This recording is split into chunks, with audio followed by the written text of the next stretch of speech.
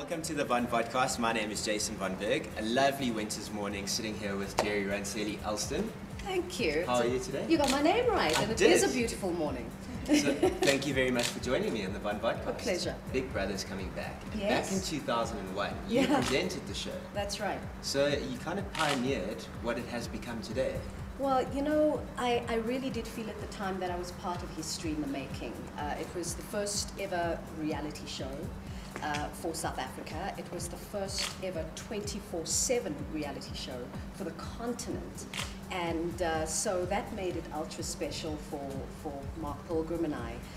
And it was an honor to be a part of the production, really it was. What do you think of it now? Are you going to watch it? Because you're slowing down, you said. I am slowing down, but in my slowing down, we don't actually have television in our home. Okay.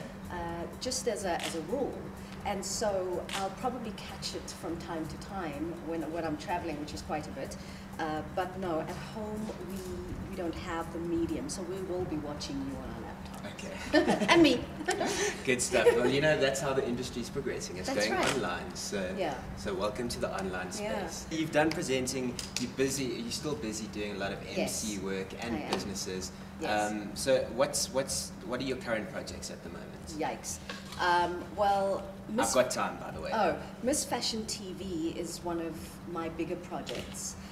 It's a model search with a slight difference in the terms that I become Mommy Gerry to these girls. So I'm able to, women's development has always been important to me, and so developing them from the age of 16, not just as models, but as women, as people who can actually give the world more than just their looks, is something that's important to me, and I'm having quite an enjoyable time doing that. And then my involvement in fashion, just looking at various fashion projects that need upliftment.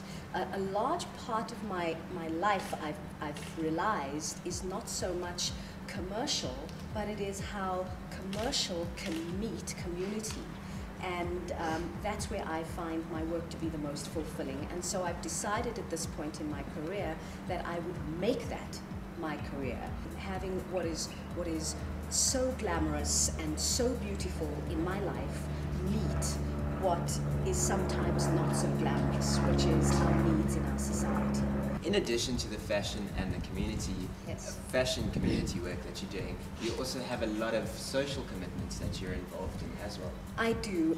The organizations that are so close to my heart is, one of them is, well, the World Health Organization, I must mention. I'm the Southern African spokesperson for tuberculosis for this part of our continent. I get to meet with people all over the world.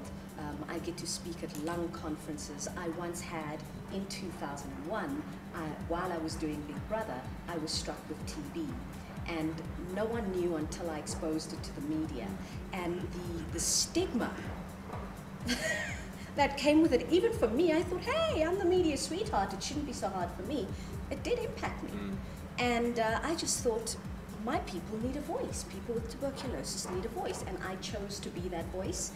But before my role with the World Health Organization even came, I fell in love with a large group of children in Soweto at a home called Otandweni. It is it's not an orphanage, it's a home. I must tell you that at the time, we lived in a house in Sandton that we had named Tandweni. What does Tandweni mean? It means place of love. Okay. And we had named our home Tandweni. And so when I was introduced to Otandweni, I felt like it was fate. I felt that this was absolutely going to be my home. And when I met the children, you have to visit whichever camera I'm on. You absolutely have to go and be there. You will feel so at home. You'll leave there not feeling sorry for anyone, just having made a whole bunch of mates, you know. So I became patron of Otandweni some 4 or 5 years ago, and it's managed by the Johannesburg Child Welfare Society, but they have a hands-in, hands-off approach in a sense that you can give and bring whatever love you have to that environment. The children are so ambitious. They are so hungry to learn and to grow that it's been a really, really great experience for me. Yeah. I've been there before as well, and I think it was hard for me to leave because, you know, just being with the children there was one of the most rewarding and fulfilling moments of my life. Yeah. You know? Now, what does Gerry do during the day? I mean, I know you've got lots of stuff that you're busy with at the moment, but what you up to today, for instance? Today, for instance, I will go off to Rivonia. I'll do some voiceovers for the SABC, actually. And I hope they pay you. Sorry. I hadn't thought about that.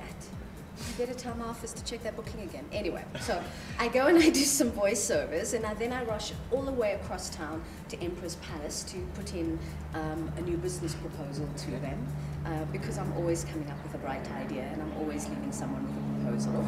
And then I'll try and find my husband to have a bite of dinner, which will probably be a business dinner, because I'm signing a new beauty contract within the next few days. And he needs to check the fine print because I don't like reading, especially the fine print and contract reading. You know, I want to read exciting proposals. I want to read media stories. I'm teasing, but well, I know you're busy, so we've got to get wrapping up. Cool bananas. But it's been awesome chatting to you. You're always welcome to come back to the Vodcast whenever you want to. Okay. That's cool, right? Doing that. Perfect. Right, and saying the words like fat and stuff. It's cool. Okay. It's like down, eh? Oh God, it's down, no longer up. I don't know.